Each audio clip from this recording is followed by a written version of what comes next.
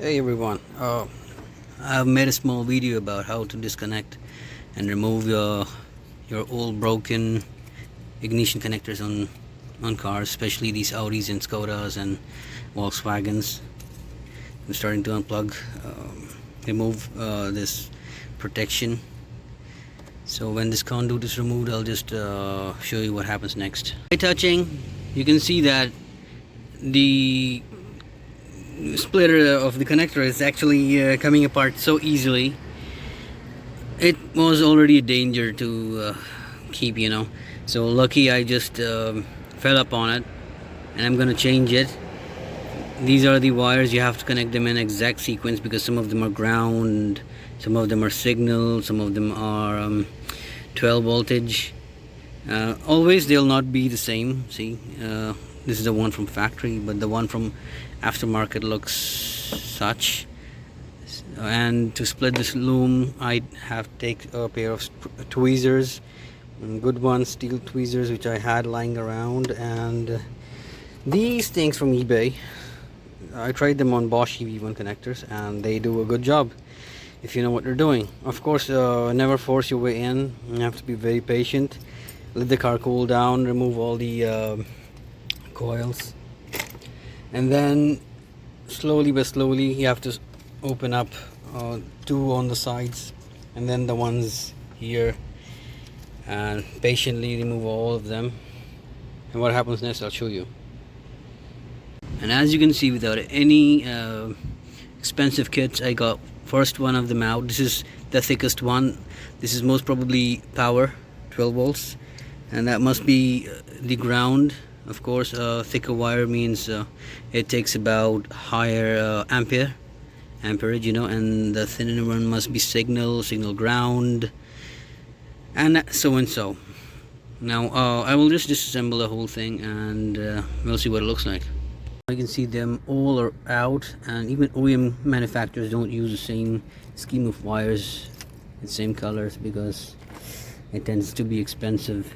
See, power, and this one was ground, this one was the I think signal. I think that must be signal for signal ground, anyhow, which is 0 voltage. You see the other, they don't follow except the power. Power is always red with black. Power and ground, power ground, 12 volt ground is thick for higher amperage, and the wrist, of course, separate. Well, of course, it's just better because there is some sort of identification. They can afford it. So we've got all of them out, and same orientation. We're gonna stuck them into the new one. So after much fighting, I realized that this would just not go into the hold on, this would not connect to the connectors that I bought from eBay, because these are different. But anyway, the new ones, these ones, they fed to the coils, and the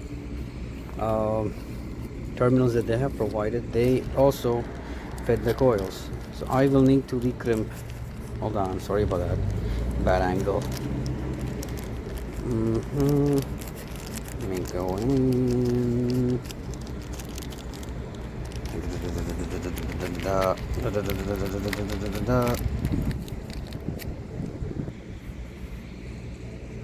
So these. Can I see that? Can I see that? Can I see that clearly? Hold on, boy. Oh, it's not clear. Why? My phone is drunk. My phone is drunk. These are the new ones, and they fit the connector. They fit in. So I will need to crimp it. Now, most of you will not have a crimper. You need to have a metri pack, weather pack crimper for this. One suitable for Bosch. I have almost all crimpers, so I can do it. Before you take on this exercise, you need to get a crimper that is, I think, $20, $30 delivered to your doorstep. If you live in the States. I don't live in the States, so my goodness. That's what it looks like. Yep, that's what it looks like. So delivered to your doorstep. This is the one that you will need to crimp to the old wire. Now since I've started the operation, there's no turning back anyway. So let's go. And these are my crimpers. It has to be one of them. I don't exactly know which one. I have to keep on trying. These are for the weatherpack, the ones that have these kind of things, so you can seal insulation. This one, others no, these are just for different types of crimps. And this is Hozan. This is so good. It is like universal key. It's made in Japan. It smells great. And even also has a seal tightening thingy, seal crimper, yeah. And should I try all of them, or one of them is more than enough? Sometimes you might need to extend it. I'll have to try and pick this, okay, because if I pick this, I have a chance of reusing the wire. Else, if I cut in the wire, any wire ends up being short, I end up being on the short end of the stick. This one is showing signs of being permanent. I think soldered, or I can be wrong, right? So I tried using a tweezer, long nose tweezer, and most likely I'm gonna puncture my own fingertips. After a few more tries, I think it's just best to cut the wire off and fix in a new terminal instead. Oh my goodness. So I've cut off the wire, and another thing I want to say is I've cut it too long. It's supposed to be seal. This is supposed to seal the clip, weatherpack, and the wire should just go inside this. Nothing extra. I'm gonna show you. There you go. There you go. I used the cavity C first, and then D. I think D is too small, but even C1 is great. Anyhow, first the bigger one always, and then go for the smaller one. Smaller one could damage it. Always try, and if it gets stuck inside, that means I think it's a little bit too small. I could have used the old ones, old seals, but I didn't take the risk because you don't know if it will get stuck inside, right? Old seals were much better, I guess. And yeah, I have to crimp this one. You have to know the orientation. You shouldn't drop anything below, or else it's your funeral, boy. This one is a Sergeant crimper. Alright, I have dropped a small old terminal inside this thing. Now I have to pull it out. So what I want to say is touch it. Second thing, crimps would fail. Alright, if you don't do them properly, you have to know which is the correct crimping tool. Otherwise they'll just never sit right, and sometimes you can never reuse it again. If you're an idiot, just stay away from wire. Seriously, this one, the brown one, it took 2 or 3 crimpers to actually go tight. I'm not sure, either the terminal is bad or my crimping wasn't right. You have to always make sure that when you pull it off with your hands, you can never get it out, okay, with light force. If it comes out immediately, just stay away from wiring jobs completely. You are not built for it. Alright, now this is a smaller wire I'm going to be touching, even smaller gauge, so you'll need even a tighter crimp. As you can see, they didn't provide any different or thinner ones. It's just the same thing, same material you have to work with. I'm going to use really careful planning in this regard. Now this one was a very thin wire, so what I've done is cut a little extra, turn it around, loop it a bit so it becomes a bit thick inside, and then crimped it. And see, the weatherpack sealed. This is the best sealed sealer I've done in all these wires. It's even better than the others I've done. It's almost even better than the OEM one, because even they have made a mistake. It's supposed to be seated inside this collar, so it took a bit of practice. You can see they're like lubed inside to make it a bit thicker. Cut a little extra, otherwise it just wouldn't seal properly. You don't want to take that risk. Loose terminals is fire. And I say the Sergeant tool is just really good for this job. And if nothing works out, the Hozan P706 does a good job because it's like a universal key. If nothing works, Hozan works for sure, and even smells great, I can tell you. There we go, we got them all in same order as they were intended to be, into the new connectors. Pull them in.